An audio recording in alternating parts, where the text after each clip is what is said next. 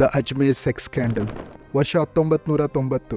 Sophia secondary ಸ್ಕೂಲ್ದಾಗ ಓದ್ತಿದ್ದ ಒಬ್ಬಾಕಿ ಹುಡುಗಿ daily ಒಬ್ಬ ಹುಡುಗಗೆ ಬೆಟ್ಟಾಗಕ್ಕೆ ಹೋಗ್ತಿದ್ಲು.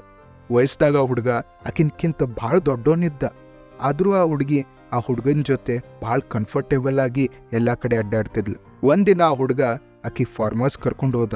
ಅವಾಗ ಆ ಹುಡುಗಿಗೆ ರಿಯಲೈಸ್ ಆತ ಆಕಿ ಅಡ್ಡಾಡತ್ತಿದ್ದ ಒಬ್ಬ ಹುಡುಗನ ಜೊತೆ ಅಲ್ಲ, ಒಬ್ಬ ರಾಕ್ಷಸ ಜೋಡಿ ಅಂತ.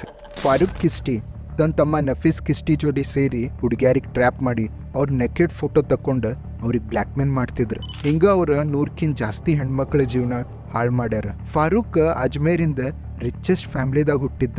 ಆ ಟೈಮ್ದಾಗ ಅವ ಕಾಂಗ್ರೆಸ್ಸಿಂದ ಯೂತ್ ಲೀಡರು ಇದ್ದ. ಆ ಇನ್ಫ್ಲೂಯೆನ್ಸ್ ಸಂಬಂಧ ಅವನಿಗೆ ನಮ್ಮ ಕಾನೂನು ಏನೂ ಮಾಡೋಕ್ಕಾಗಲಿಲ್ಲ.